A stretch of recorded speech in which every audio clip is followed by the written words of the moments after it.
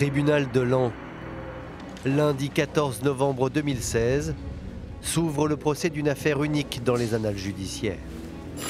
La cour. L'audience est ouverte, asseyez-vous. Dans le box, deux femmes. Véronique Pierret, une infirmière de 56 ans. Ici, avec des béquilles. À ses côtés, Émilie Viseur, une jeune femme de 29 ans. Après 3 ans de détention provisoire, les deux amies sont méconnaissables et feraient presque pitié. Et pourtant, elles sont accusées d'avoir commis un crime atroce. D'un commun accord, elles auraient fait assassiner leurs ex-conjoints respectifs. C'est un arrangement entre amis. Je t'aide, tu m'aides, on se débarrasse de nos ex. C'est comme dans un film américain. Je tue un tel si tu m'aides à tuer un tel. Voici l'incroyable histoire d'un pacte criminel entre deux femmes assoiffées de vengeance et sans scrupules. Elle lui a dit, texto, je te buterai et tu le verras pas venir. C'est un cauchemar. Et si tout le monde était comme ces deux femmes, les rues seraient jonchées de morts. C'est un truc de fou. Dans ma carrière de policier, deux femmes comme ça, aussi machiavéliques, c'est une première. J'ai jamais été confronté à un tel scénario. Ah, là, c'est vraiment... c'est du haut vol. Elles sont diaboliques.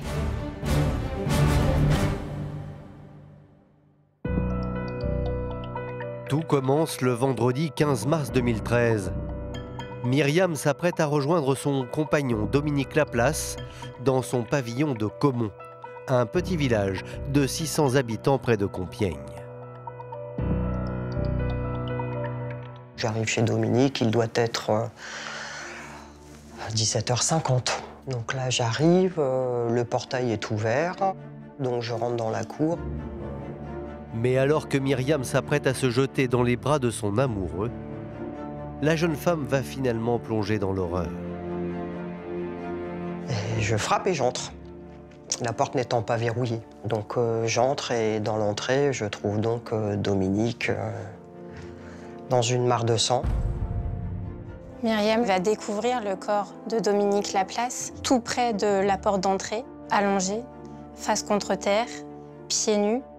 À ce moment-là, effectivement, elle est choquée. Elle est affolée, elle crie, elle est désespérée, elle ne comprend pas. En fait, moi, j'étais dans un état de sidération, en fait. Je l'ai appelé plusieurs fois, je me suis approché de lui. Comme il ne bougeait pas, je ne savais plus ce qu'il fallait faire. Évidemment, Myriam appelle immédiatement les secours. Mais à leur arrivée, il est trop tard. Les secours vont constater le décès de Dominique Laplace. Le pompier m'a dit que c'est fini, quoi. Ah ben là, c'est comme si, physiquement, c'est comme si vous avez un pain de glace qui vous transperce de la tête aux pieds, en fait. Moi, c'est ce que j'ai ressenti. J'avais l'impression d'avoir froid, quoi. C'était un cauchemar, quoi. Je suis dans un cauchemar, en fait, c'est pas possible. Myriam alerte les sœurs aînées de Dominique, Françoise et Chantal. Elles se précipitent au domicile de leur petit frère. J'arrive, il y a toutes ces voitures, et je dis, mais Dominique est blessé. On m'a dit, non, non, il est mort. C'est difficile. Et au volant de ma voiture, j'arrêtais pas de répéter. Je vous en supplie, mon Dieu, je vous en supplie, mon Dieu. Je criais. Et je ne savais pas encore qu'il était mort. Parce qu'on l'avait assassiné, je ne le savais pas encore.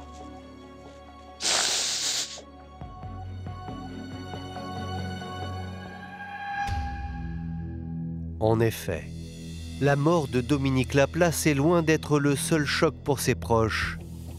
Car les gendarmes vont aussi leur apprendre qu'il a été tué dans d'abominables circonstances. Manifestement, on se rend compte immédiatement qu'il s'agit d'un décès qui n'a rien de naturel, un décès qui a été très violent. Nous constatons des traces de défense au niveau des mains, donc il a été coupé par la lame d'un couteau. Il y a eu forcément une altercation entre Dominique Laplace et son agresseur. Il y a eu une lutte. Mais surtout, selon le médecin légiste, Dominique Laplace a été la cible d'un tueur impitoyable qui ne lui a laissé aucune chance. Dominique Laplace est décédé d'une plaie par arme blanche au niveau du cœur. Il a été poignardé en plein cœur. Il est mort en moins d'1 minute, ou 1 minute maximum. Quand on est poignardé en plein cœur, ça laisse entendre qu'il n'y a aucune chance de survie. On veut vraiment atteindre la vie de la personne et puis l'éliminer tout de suite. Pire, selon l'expert, alors que Dominique était déjà décédé, son meurtrier s'est littéralement déchaîné sur lui. Après cette mort, on a continué à le frapper. Il a été frappé à plusieurs reprises, donc derrière la tête. Il y a eu un acharnement et ça signifie que l'agresseur a toqué à cette porte en sachant pertinemment qu'il allait tuer Dominique Laplace. Ce type d'acharnement peut laisser entendre une vengeance ou quelque chose de ce type-là. Pour les proches aussi, c'est le coup de grâce. Ça paraît inconcevable, mais ayant pris un coup de couteau en plein cœur, étant déjà au sol, on lui remet un coup. Là, vous avez juste envie de vomir. Alors, qui a poignardé Dominique Laplace en plein cœur avant de s'acharner sur son cadavre? Et surtout, pourquoi? Pour le moment, le mystère reste entier, car le meurtrier a pris soin de ne laisser aucun indice derrière lui. Le tueur n'a laissé aucune trace, pas d'ADN, pas d'empreinte digitale, pas de postillon, même pas un cheveu. Et ça, c'est extrêmement rare sur une scène de crime. La police découvre toujours un micro-élément. On est presque sur un crime parfait. Même sur le corps de Dominique Laplace, il n'est retrouvé aucune trace ADN.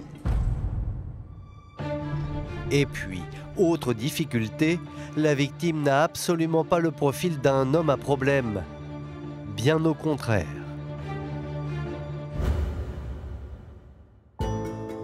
À 45 ans, Dominique Laplace était considéré comme un homme généreux, toujours prêt à aider son prochain. Son métier l'atteste, puisqu'il était éducateur spécialisé depuis 18 ans.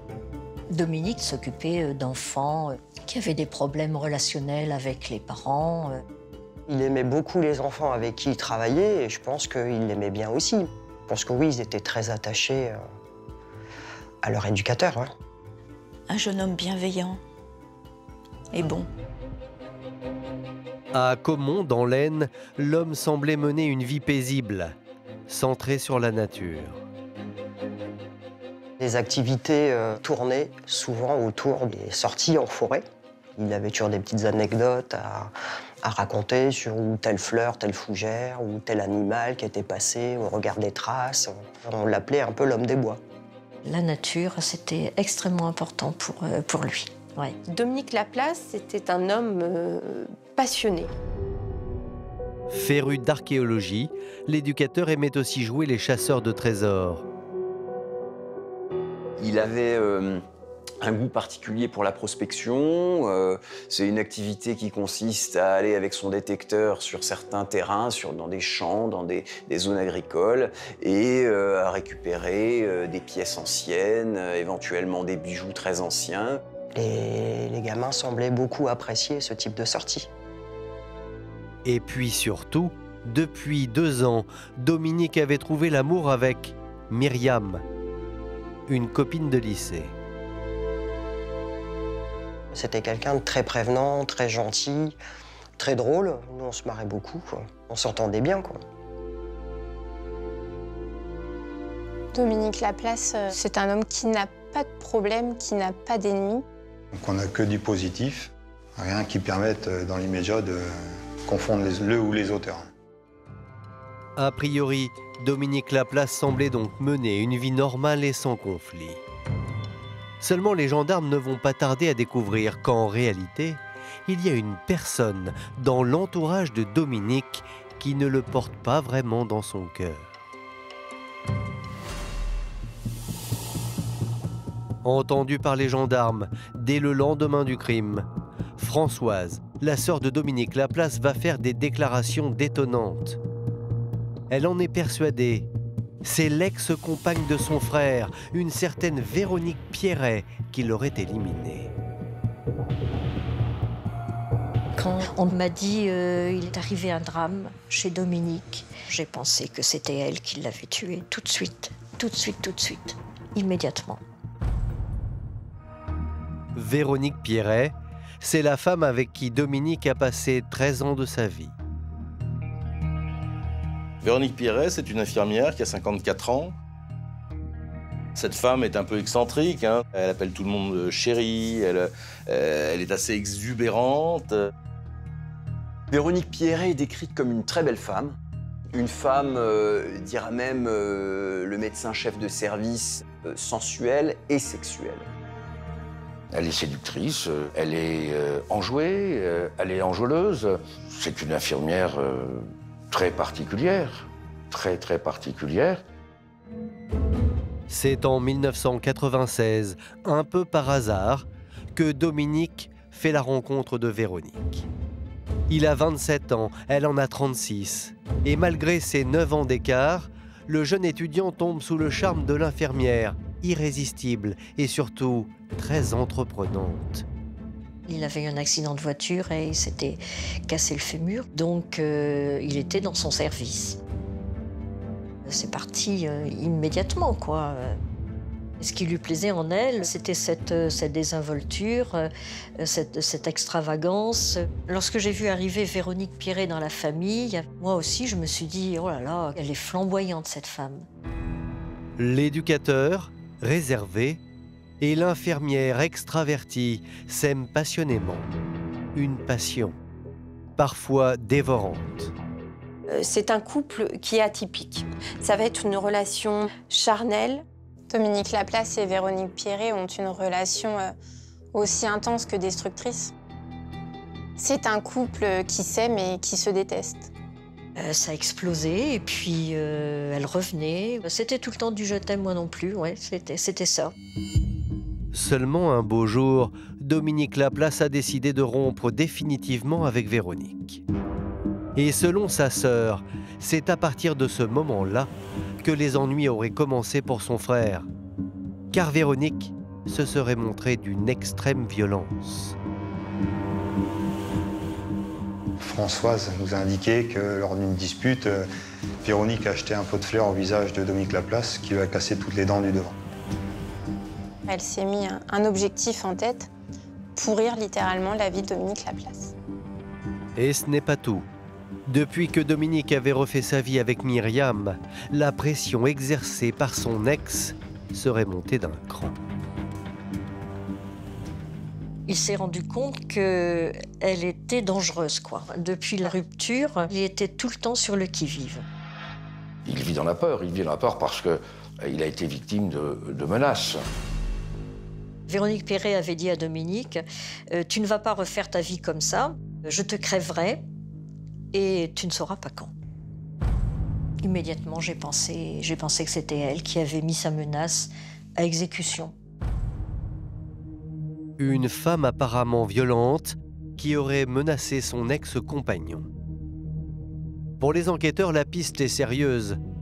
D'autant que Françoise n'est pas la seule à avoir des soupçons sur Véronique Pierret. L'enquête de voisinage et des proches effectuée par la gendarmerie confirme complètement les déclarations de Françoise, la sœur de Dominique Laplace. À chaque fois qu'une personne entendue désigne un éventuel assassin, à chaque fois c'est le nom de Véronique qui arrive. On va s'apercevoir que Dominique Laplace n'a qu'un seul ennemi, c'est Véronique Pierret. Véronique Pierret paraît comme le suspect numéro 1. On décide donc d'aller l'auditionner à son domicile. Sans plus tarder, les gendarmes décident d'aller rendre visite à l'infirmière, à son domicile de Saint-Gobain. Et ils vont être surpris, car Véronique n'oppose aucune résistance à leur visite. Elle va même leur proposer son aide. Véronique Pierret, de prime abord, est une femme sympathique. Elle accueille les enquêteurs en coopérant. C'est quelqu'un qui est sûr d'elle, elle paraît sereine. On ne se dit pas que c'est la meurtrière de M. Laplace-Dominique. Non. Et voici ce que Véronique raconte aux gendarmes. Êtes-vous mêlé de près ou de loin à la mort de Dominique Laplace? Absolument pas. Je suis sous le choc. Je n'y comprends rien. Véronique nous soutient qu'elle ne l'a pas vu depuis 7 mois, qu'elle a tourné la page. Elle dit que même si parfois elle lui en a voulu, que même si parfois ils ont eu des différends, des disputes, jamais, au grand jamais, elle ne pourrait attenter à ses jours. Elle lui en veut, mais malgré tous les litiges qu'ils avaient, ça ne peut pas justifier un meurtre. C'est ce qu'elle nous vend. À l'écouter, Véronique Pierret n'a donc rien à voir avec le meurtre de son ex-compagnon. Et elle a même un alibi pour le soir du crime. Un alibi qui paraît plausible. Selon le médecin légiste, Dominique Laplace est décédé au cours de la nuit du 14 au 15 mars, entre 22h et 23h. La veille du jour où Dominique Laplace a été retrouvée. Or, selon Véronique Pierret, ce soir-là, elle était chez elle, en famille.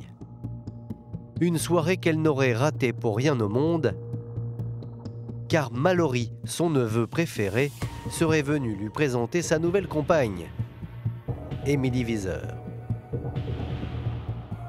Mallory Cubel, il est très proche de Véronique Pierret. Il la considère un petit peu comme une seconde mère. Et donc, il est venu présenter sa nouvelle petite amie, Émilie Viseur. Seulement, chose étrange ce jour-là, alors qu'elles ne se connaissent pas, Véronique et Émilie seraient devenues les meilleures amies du monde. Elle explique que le courant est passé avec Émilie Viseur, qu'elles se sont bien entendues. Émilie Viseur va se sentir en confiance avec Véronique Pierret, va lui raconter sa vie. Il y a vraiment eu un coup de foudre amical entre ces deux femmes. Elles passent la nuit à discuter comme deux vieilles copines. Et donc, pour la première fois, elles se rencontrent et elles deviennent inséparables, au point d'avoir besoin de se revoir le lendemain. Les enquêteurs vont bien évidemment demander confirmation et à Mallory Cubel et à Émilie Viseur, qui vont confirmer purement et simplement les dires de Véronique Pierret. L'alibi de Véronique semble donc solide, d'autant que matériellement, il semble impossible qu'elle ait pu faire du mal à qui que ce soit. On se rend compte que Mme Pierret et Véronique marchent avec des béquilles. Elle est obligée de céder de béquilles pour avancer. Elle ne peut pas en même temps tenir sa canne anglaise et poignarder au cœur Dominique Laplace. À ce stade de l'enquête, les gendarmes doivent bien l'admettre. Ils n'ont aucun élément pour étayer leurs soupçons à l'encontre de Véronique Pierret. Les gendarmes repartent un peu à zéro. Et ils se sont emballés avec un suspect qui était presque trop beau. Et d'un seul coup, tout retombe. Il n'y a plus rien. Alors, qui a tué Dominique Laplace ? Aussi fou que cela puisse paraître, c'est un autre crime qui va apporter aux enquêteurs un début de réponse.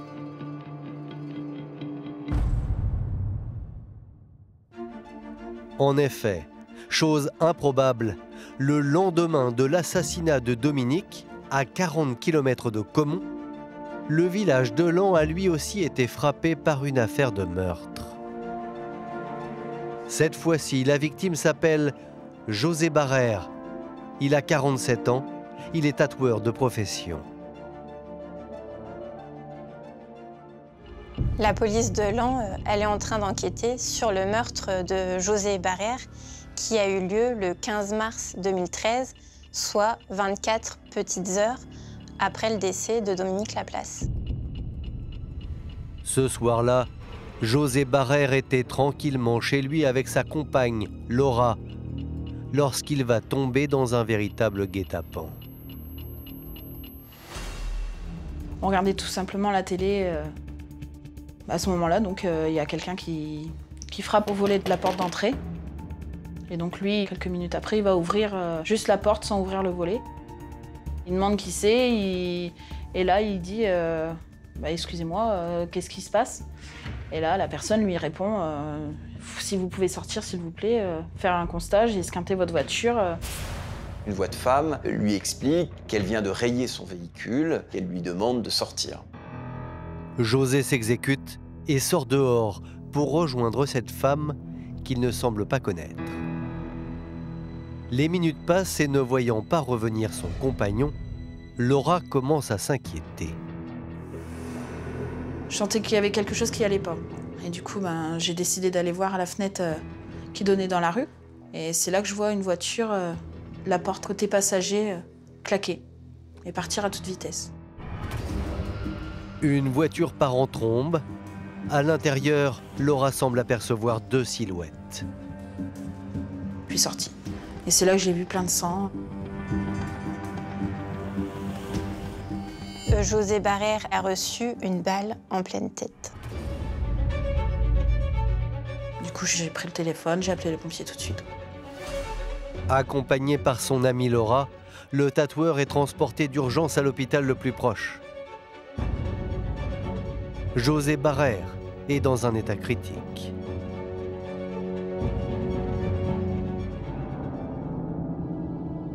Un médecin rentre dans la chambre et là, il nous dit on est désolé, mais José est en train de partir en fait. Qu'il n'y avait plus d'espoir, que c'était en train de se terminer en fait.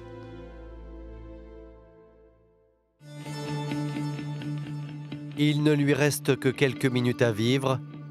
Pourtant, José est encore conscient et il comprend même ce qu'on lui dit. Alors le brigadier Martel en profite pour tenter de l'interroger. Donc José ne pouvant s'exprimer, on adopte la technique de l'ardoise, où à l'aide d'une ardoise et d'un feutre, on lui demande d'écrire un nom. Ils lui ont demandé s'il savait qui pouvait lui en vouloir. Et là, miracle, avant de mourir, José Barrère va trouver la force de répondre. Il va écrire 3 lettres, E, M et L. Pour les policiers, EML, c'est une énigme. Il faut qu'on décode ces 3 lettres. Qui se cache derrière ces 3 lettres? C'est Laura, la compagne de José Barrère, qui va leur apporter une réponse. Ils m'ont demandé est-ce que vous avez une idée? Tout de suite, j'ai dit oui, bien sûr, son ex. Émilie Viseur. EML, c'est donc les 3 lettres qui font partie du prénom d'Émilie. Émilie Viseur est désignée comme la meurtrière par son ex-compagnon en personne. Incroyable, car souvenez-vous, Émilie Viseur, c'est aussi cette femme qui sert d'alibi à Véronique Pierret pour un autre crime, celui de Dominique Laplace. Laurent, donc la nouvelle compagne, désigne Émilie Viseur comme étant la seule qui pourrait en vouloir à José. Et Laura de raconter aux enquêteurs que depuis leur séparation, José et son ex-femme se livraient une guerre sans merci à propos de la garde de leur dernier enfant. Ils se disputaient la garde de leur dernier enfant. On était sur une situation très très conflictuelle les concernant. Depuis qu'ils s'étaient séparés, lui pourrissait la vie bien comme il faut. On n'avait aucun problème avec personne, juste avec son ex. Alors, résumons cette affaire hors norme. 2 amies assoiffées de vengeance. Toutes les 2 soupçonnées d'avoir supprimé leurs ex. Les enquêteurs se demandent si les 2 affaires ne sont pas liées. On a quand même, à 24 heures d'intervalle, 2 hommes qui sont assassinés à leur domicile. 2 enquêtes distinctes qui soupçonnent les 2 ex. Et il se trouve que les 2 ex sont ensemble les 2 soirs où les crimes ont été commis. C'est quand même énorme. Ça peut pas être une coïncidence. Là, à ce niveau-là, il n'y a plus de coïncidence. Là, vraiment, là, tous les curseurs sont orientés vers ce duo. On a le sentiment que donc, les deux femmes, Émilie Viseur et Véronique Pierret, auraient pactisé pour effectivement tuer leurs ex respectifs. Je t'aide, tu m'aides, on se débarrasse de nos ex. Un duo criminel pour éliminer 2 ex-compagnons gênants. Le scénario semble limpide.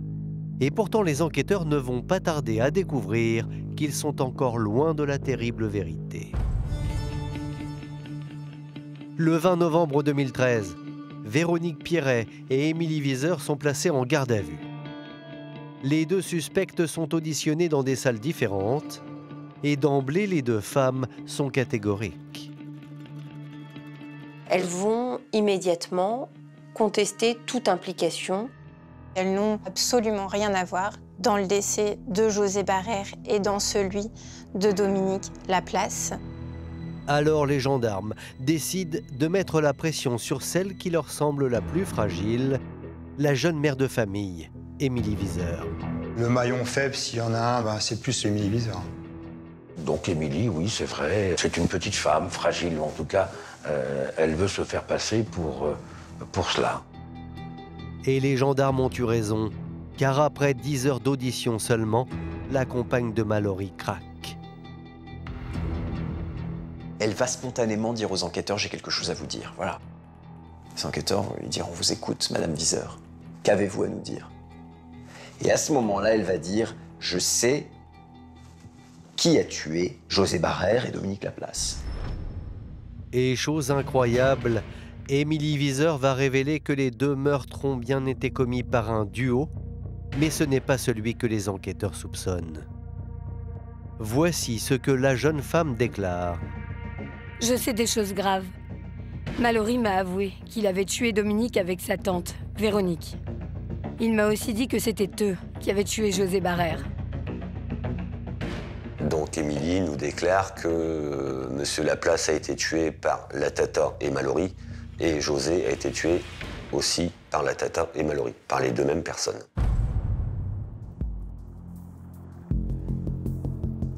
Selon Émilie, ce serait donc Mallory, son compagnon, et Véronique Pierret, qui auraient tué les 2 hommes. Et si elle n'a rien dit jusque-là, c'est parce qu'elle avait peur des représailles. Mallory et Véronique ont été très clairs. Ils m'ont dit que si j'en parlais à qui que ce soit, ils s'en prendront à moi et à ma famille. D'après ses dires, d'après ses propos, la Tata et Mallory l'auraient menacée, elle, ainsi que son fils. Elle explique avoir été paniquée et avoir fait l'objet de nombreuses menaces. Émilie Viseur va dire « je crains, j'ai peur ». Mallory et sa tante Véronique seraient-ils les seuls responsables des 2 crimes? Le jour même, le jeune homme est entendu par les enquêteurs et ce qu'il va dire est tout simplement stupéfiant. Mallory va avouer qu'il est l'auteur des crimes, mais qu'il y a été contraint par Émilie Viseur et par Véronique Pierret. Dans ses explications, il se positionne comme une victime. Selon Mallory, il a été manipulé par sa tante et par sa compagnon. Les 2 femmes ont atteint leur but, en fin de compte. Lui faire faire ce qu'elle voulait faire. Et voici l'incroyable accord qui aurait finalement mené à l'exécution des 2 ex-maris. Donc Émilie a demandé à Mallory Cubel d'aller tuer José Barrère. Émilie m'a dit « je n'en peux plus, fais quelque chose, débarrasse-toi de José ». Mallory, ne se sentant pas capable de faire ça seule, demande l'aide de sa tante, Véronique Pierret. Véronique Pierret, l'ancienne infirmière, lui aurait alors proposé un marché inimaginable. Elle m'a dit « écoute, si tu veux, je peux te donner un coup de main pour te débarrasser de ton mec. En échange, il faudra que tu m'aides à en faire disparaître un autre, mon ex. » Elle était déterminée à le tuer. La seule condition qu'elle a donnée, c'était de se débarrasser d'abord de Dominique. Au lieu de trouver une réaction, je dirais, saine naturel, c'est-à-dire non mais enfin bon, vous êtes complètement fou, Véronique va avoir une réaction très curieuse en disant d'accord, oui je comprends bien ton problème, écoute je veux bien t'aider à condition que toi en échange tu m'aides à me débarrasser de mon ex. Alors on s'imaginait un peu tout, mais pas ça. Comment on peut accepter d'aller tuer une personne en contrepartie d'un deuxième? Et là c'est vrai qu'on a été un peu tous scotchés sur nos chaises. On s'est dit waouh, c'est quand même fort de café quoi. Comment on peut imaginer qu'elle va proposer un tel marché? C'est unique dans les annales judiciaires. Je crois que moi, j'ai jamais, en 38 ans de carrière, j'ai jamais vu un truc aussi fou finalement. Le 22 novembre 2013, après 8 mois d'enquête, Mallory Kubel, Émilie Viseur et Véronique Pierret sont mises en examen pour double assassinat et complicité d'assassinat. Ils sont placés en détention provisoire. Pour les proches de Dominique Laplace, c'est le choc. Là, on se dit qu'on n'est plus dans la réalité, on se dit qu'on est dans une mauvaise série B, quoi, une mauvaise série américaine, quoi. Mais si tout le monde était comme ces deux femmes, les rues seraient jonchées de morts. C'est terrible quand même à penser que s'il n'y avait pas eu le deuxième crime, on n'aurait jamais pu élucider l'assassinat de Dominique. Et voici, selon Mallory, comment le trio aurait organisé le meurtre de Dominique Laplace et celui de José Barrère.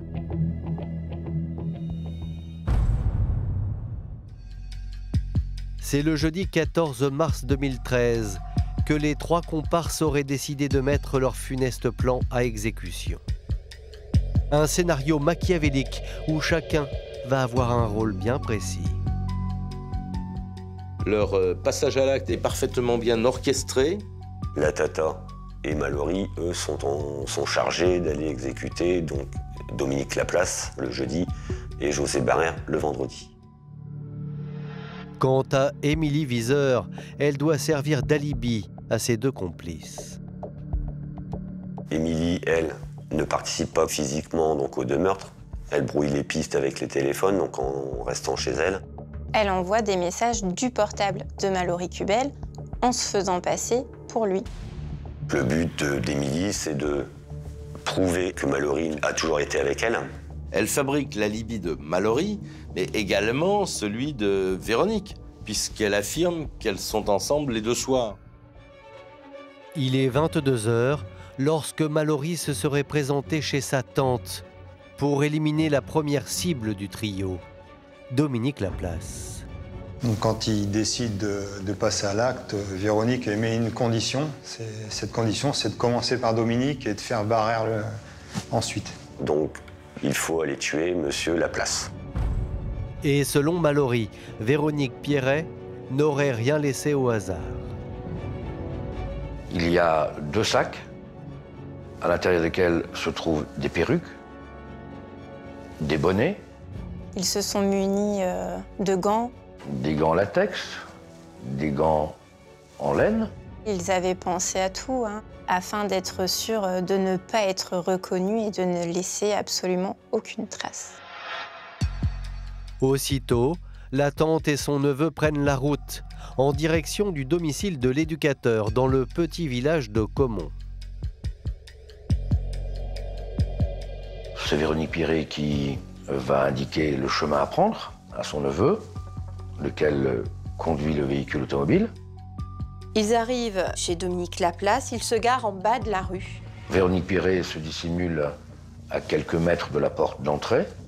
Elle porte une arme à la main, sa béquille. À l'intérieur, Dominique est paisiblement installé devant la télévision. Et pour le faire sortir de chez lui, là encore, Véronique Pierret aurait tout prévu.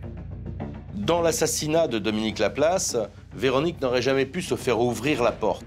Dominique la connaît par cœur, il la craint, et donc c'est Mallory qui va taper. Mallory frappe à la porte.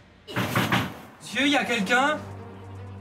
Dominique ne se doute pas un seul instant qu'il va tomber dans un piège mortel. Mallory prétexte qu'il a une panne de voiture. Il sait très bien que Dominique Laplace, c'est quelqu'un de sympathique qui va donc lui ouvrir la porte. Et c'est à ce moment-là donc, que Mallory poignarde en plein cœur à la place de Dominique. Il lui laissant aucune chance. Le pauvre homme vient de décéder d'un coup en plein cœur. Et Mallory de poursuivre que sa tante serait alors rentrée subitement dans une rage folle, comme si elle était possédée. Elle est en crise. Elle est hystérique. Donc une fois que Dominique est à terre, Véronique prend une des armes avec laquelle elle était venue et avec l'aide de la crosse, elle le frappe à plusieurs reprises à la tête. Et elle lui porte des coups, tu peux crever, crève. Après s'être déchaînée sur le cadavre de son ex, Véronique Pierret aurait félicité son neveu. Elle est heureuse, elle jubile. Elle jubile, elle embrasse Mallory. Merci mon chéri, je vais maintenant dormir tranquille. Voilà. Voilà Véronique Pierret. Ne resterait plus aux deux complices qu'à éliminer les preuves gênantes. En chemin, il s'arrête en forêt de Saint-Gobain, dans un petit chemin de terre. Et là, il décide donc de brûler les vêtements. Donc il brûle les chaussures, le blouson, le pantalon. Pour ne laisser aucune trace. Malgré ce crime odieux, le pacte reste scellé et c'est comme convenu que 24 heures plus tard, le trio aurait récidivé.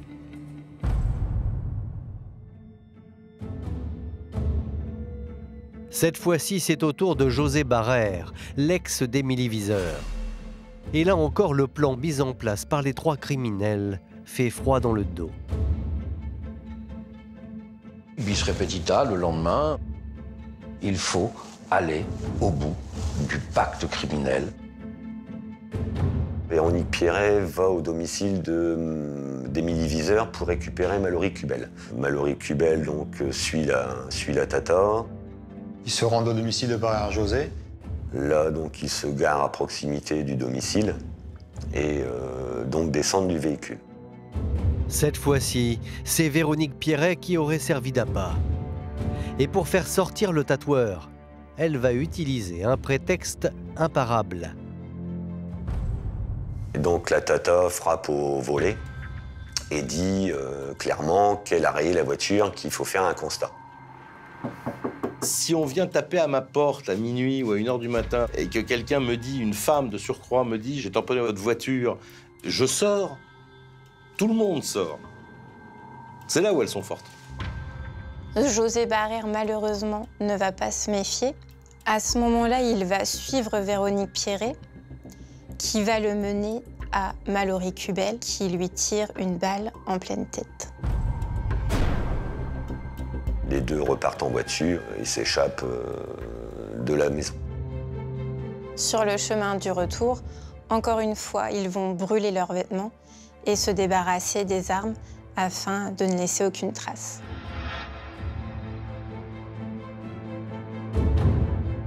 C'est un scénario intelligent et remarquable. C'est un scénario presque parfait. Dans ma carrière de policier, deux femmes comme ça, aussi machiavéliques, c'est une première. J'ai jamais été confronté à un tel scénario. Ah, là, c'est vraiment... c'est du haut vol. Il reste pourtant une énigme dans cette affaire. Pourquoi Émilie Viseur et Véronique Pierret seraient-elles rentrées dans cette folie meurtrière? Pour Véronique Pierret, le mobile serait la jalousie. Véronique Pierret, que l'amour de sa vie soit de nouveau heureux, qu'il soit heureux en couple avec quelqu'un, que ce quelqu'un, c'est pas elle. Je pense que là, pour elle, c'était insurmontable. Là, elle a compris que tout était vraiment terminé, quoi. Ça ne peut pas l'accepter. Donc le prix à payer, c'est cela. C'est la vie. Elle lui retire. Quant à Émilie Viseur, en mère possessive, elle aurait décidé d'éliminer José Barrère pour ne pas avoir à partager la garde de leur fils. Émilie Viseur, elle a été condamnée pour non-présentation d'enfant. Elle était obligée, de par un courrier, de présenter son fils. Donc José avait de nouveau le droit de garde. L'échéance était là. Elle ne pouvait plus échapper aux foudres de la justice. Il fallait se débarrasser de José pour qu'il ne rencontre pas. Au moins, Émilie était tranquille. José ne verrait plus son fils et elle en aurait la garde. Le 14 novembre 2016, à Laon, s'ouvre le procès d'Émilie Viseur, de Véronique Pierret et de Mallory Kubel. Pour les accusés, l'enjeu est énorme. Ils risquent tous les trois la prison à vie. Première surprise. Dans le box, une chaise reste vide. Celle de Mallory, le bras armé des deux femmes.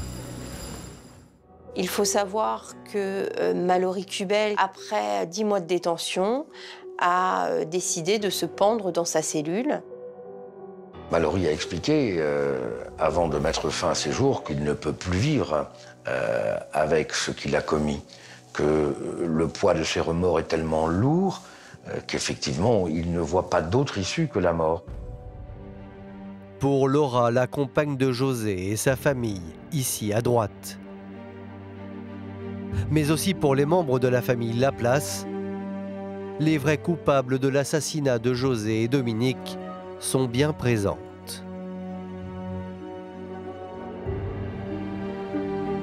Ça fait 3 ans et demi que nous attendons. Et pendant ces 3 ans, on a vécu à côté de nous, quoi. C'était... voilà. On n'attendait que ça. J'espère entendre un semblant de vérité. J'espère que les jurés, tout le monde va pouvoir se rendre compte du machiavélisme de ces deux femmes. Pour moi, le verdict ne peut pas être autrement que la perpétuité. Les familles des victimes l'ignorent encore, mais elles ne sont pas au bout de leur peine. Car bien qu'elles risquent la prison à vie, les deux accusés vont se comporter de manière particulièrement odieuse. Véronique Pierret, c'était une star. Elle envoyait des baisers à son entourage, comme une comédienne, quoi. Comme quand on reçoit les Oscars. C'est indécent. C'est tout simplement écœurant. Risquer la perpétuité et faire des sourires, faire des saluts, on est stupéfait. Hein. De son côté, Émilie Viseur va jouer un autre rôle tout aussi insupportable pour les familles des deux victimes. Émilie Viseur, elle a compris comment ça marche. Hein. Elle joue la corde sensible. Pendant le procès, c'était petite voix, recroquevillée. Elle regarde ses chaussures, elle pleure un peu. À croire que, oui, elle n'a rien fait. Elle est dans la manipulation, elle est dans le mensonge.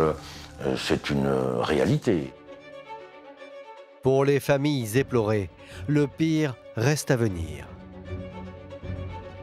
Car Véronique Pierret et Émilie Viseur ont décidé de profiter de l'absence de Mallory pour lui faire porter l'entière responsabilité des deux crimes.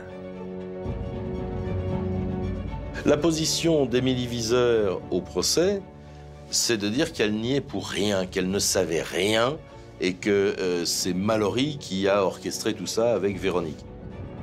Quant à Véronique Pierret, voici l'histoire totalement improbable qu'elle va livrer aux jurés. Pour Dominique Laplace, elle souhaitait simplement discuter avec lui. Et pour José Barrère, il s'agissait seulement de récupérer des effets personnels à Émilie Viseur. Elle ne connaissait pas les intentions de son neveu. Il a pété les plombs 2 soirs de suite et curieusement, elle était présente à côté de lui à ce moment-là, à chaque fois. Un dérapage d'accord, mais pas 2, quoi. C'est complètement improbable, c'est même pas discutable, si vous voulez. Et à l'occasion d'une ultime provocation, Véronique Pierret va réserver aux proches de Dominique le clou de son spectacle. Et c'est là qu'elle va, devant la cour, devant la famille de Dominique Laplace, dire ce que je veux déclarer, ce que je veux révéler, c'est qu'avant de mourir, Dominique s'est tourné vers moi et m'a demandé pardon, pardon ma chérie, et il m'a dit je t'aime. Dominique s'est même excusé de ce qui lui est arrivé. Dominique lui demande pardon alors qu'elle vient de le tuer, quoi. Pardon, ma chérie, je t'aime. Non mais... c'est un cauchemar. Là, ça a été, pour moi, ça a été le trop, quoi. Après 2 semaines de procès, le verdict tombe. Véronique Pierret et Émilie Viseur sont reconnues toutes les deux coupables de complicité d'assassinat sur José Barrère et Dominique Laplace.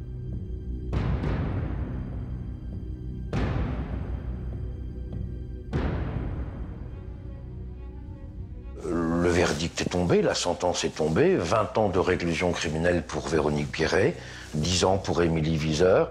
Je pense que 20 ans pour Véronique Pierret s'explique par le fait qu'elle était présente sur les 2 scènes de crime. Non, elle y va jusqu'au bout.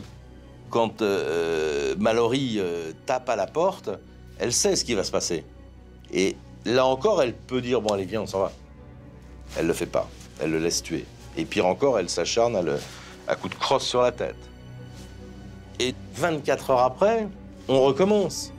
Sans doute que les jurés et la cour ont estimé que Émilie Viseur n'était pas sur les 2 scènes de crime et que dans ces conditions, il devait être fait une différence au niveau de la sanction.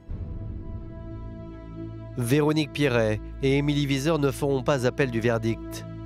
Finalement, c'est peut-être la première fois depuis 4 ans que les 2 femmes assument leurs responsabilités dans ces 2 affaires.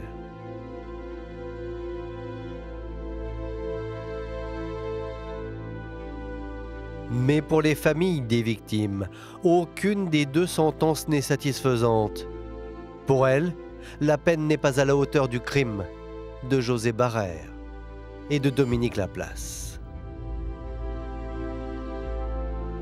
Je savais que j'allais pas être contente. Que ça ne suffirait jamais. Ce sera jamais assez. Mais à ce point-là, 10 ans. C'est quoi 10 ans? Il restait 10 ans à vivre à José? Non, je crois pas, moi. Quand j'ai entendu 20 ans, j'ai dit, on vient d'assassiner mon petit frère une 2e fois. Les accusés transférés en prison. Reste maintenant le plus difficile, vivre à jamais avec l'absence des victimes. Il me manque beaucoup à la famille. Eh oui. Son rire. Et quand il me disait « Ma sœur, je t'aime, je t'aime, je t'aime », et qu'il me prenait dans ses bras. C'est ça qui me manque le plus.